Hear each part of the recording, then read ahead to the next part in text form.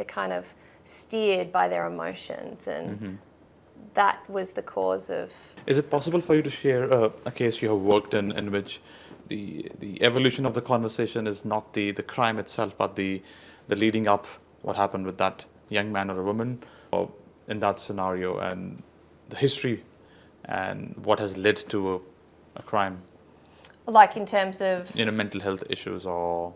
Okay, yeah. I mean, I can't provide their names, but I can kind of share, the stories. I mean, a serious drug kind of case, for example, where I've had someone that was going to be incarcerated for these crimes. The backstory to this young person was that, issues around abandonment, often in terms of the kind of root causes, there are these underlying mental health frailties where people have a need to ingratiate themselves with people who give them this validation or attention.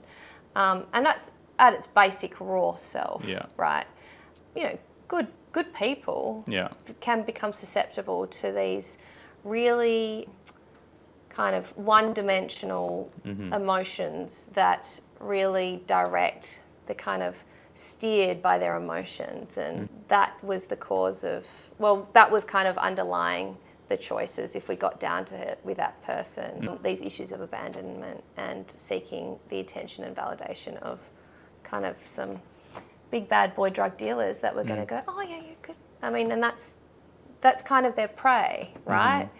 And often, these people who get in trouble with drug matters, their facade is that they're big bad drug dealers, but actually underneath they're pretty weak and soft. And so that's what I've seen in terms of that kind of story. I mean, that's not the same for all, but trend. Yeah, and these young adults who fall foul of these kind of stories, and then become drug dealers themselves on a small scale, but middle level, they have their own story, and so making sure they understand that and are able to unpack that, I think, is really important so that they don't come back.